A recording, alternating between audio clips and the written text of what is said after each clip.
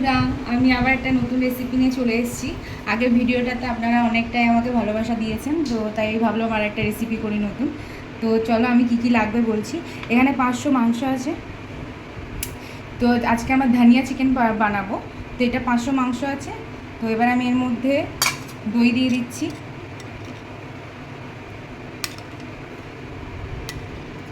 4-5 চামচের মতো দই আছে, দিলাম।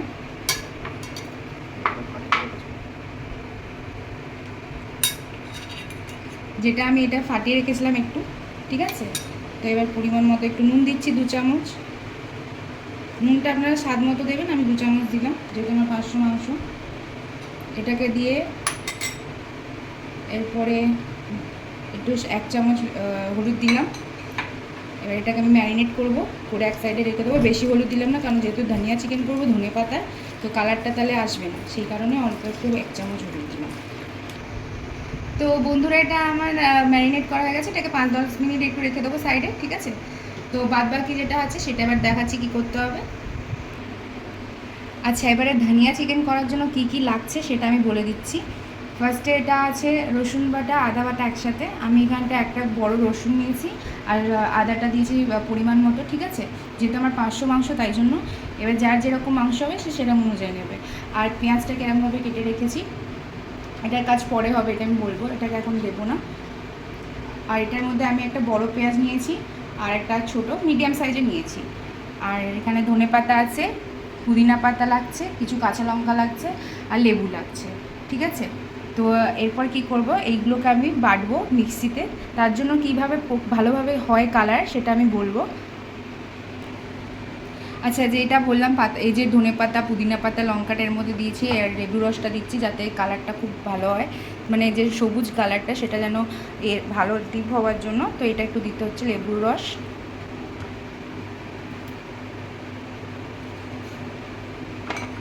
আর একটু ঠান্ডা জল দিচ্ছি ফ্রিজ থেকে, কারণ কালারটা ভালো হবে, তার জন্য ঠান্ডা জল দিয়ে দিলাম সামান্য পরিমাণে।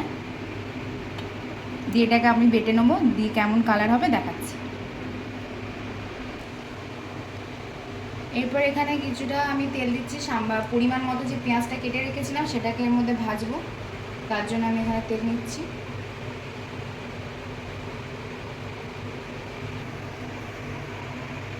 সর্ষের তেলটা গরম হয়ে গেছে। এরপরে যে কাটা পেঁয়াজগুলো আছে দিয়ে দিচ্ছি,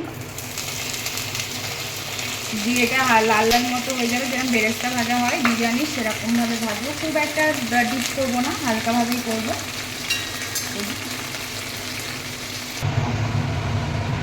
এবার একটু আমি সাদা তেল দিলাম।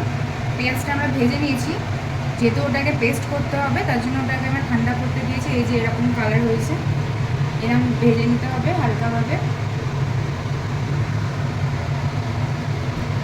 এবার আমি সাদা তেল দিচ্ছি, মাংসটা এবার করবো।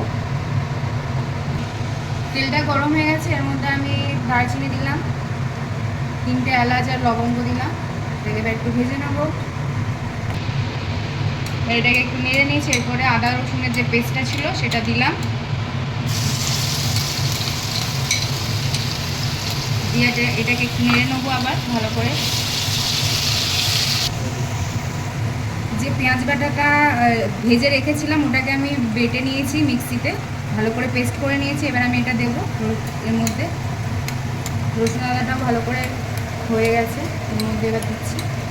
দিয়ে এটা দিয়ে ভালো করে নেড়ে নেবো। পারলে এর মধ্যে একটু 1 চামচ ঘিও দিয়ে দেবেন, আমি দিচ্ছি সেটা।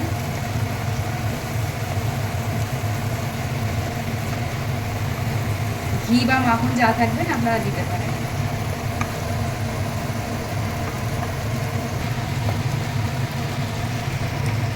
আমি 1 চামচ এখানে মাখন দিয়ে দিলাম। এটা একটু নেড়ে নেবো ভালো করে, মশলাটাকে কষিয়ে নেবো। যে মাংসটা আমি ম্যারিনেট করে রেখেছিলাম সেটা এবার এর মধ্যে দিয়ে দেবো, দিয়ে ভালো করে কষিয়ে নেব।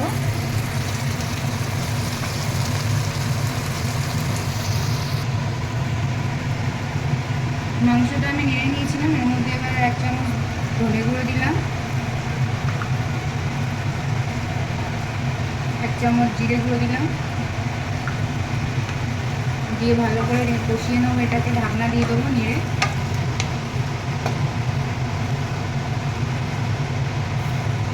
আমি ভালো করে এটাকে নেড়ে নিয়েছি। এবারে আমি এটাকে ঢাকা দিয়ে দিচ্ছি, লো ফ্লেমে করে রাখতে হবে, ঠিক আছে। মাংসটা এবার আমি এটাকে 10-15 মিনিট ধরে ঢাকা দিয়ে রেখেছিলাম। এবারে এটার মধ্যে দেখুন মাংসটা থেকে অনেকটা জল ছেড়েছে, তো হালকা সিদ্ধ মতো অনেকটা হয়ে গেছে। তো এরপরে যে মশলাটা করেছিলাম পুদিনা ধনেপাতা দিয়ে আর কাঁচা লঙ্কা দিয়ে, ধনেপাতাটা আমি যেটা মশলা করেছিলাম পুদিনা ধনেপাতা কাঁচা লঙ্কাটা সেটার মধ্যে দিয়ে আমি এবার নেড়ে নিচ্ছি, ভালো করে কষিয়ে নিচ্ছি। ফের 10-15 মিনিট ঢাকা দিয়ে রাখবো। 10-20 মিনিট এটাকে আমি ঢাকা দেওয়ার পর এরকম কালার হয়েছে। এরপরে আমি 1 চামচ চিনি দিয়ে দেবো। ব্রাউন সুগার দেওয়ার পর আমি অল্প সামান্য 1/2 চামচ মতো গরম মশলা ছড়িয়ে দিলাম, দিয়ে এটাকে ভালো করে নেড়ে নেবো। দিয়ে এরপরে এটাকে একটা পাত্রে ঢেলে নিয়ে আপনাদেরকে সুন্দর করে ডেকোরেশন করে দেখাচ্ছি কেমন লাগছে। এই দেখুন বন্ধুরা, ধনিয়া চিকেন কমপ্লিট। আমি এর মধ্যে একটু লঙ্কা দিয়ে দিয়েছি আর ধনেপাতা ছড়িয়ে দিয়েছি ডেকোরেশনের জন্য। আর এইভাবে আমাকে ভালোবাসতে থাকবেন যাতে আমি আরও অনেক ভিডিও ছাড়তে পারি আপনাদের জন্য। Thank you.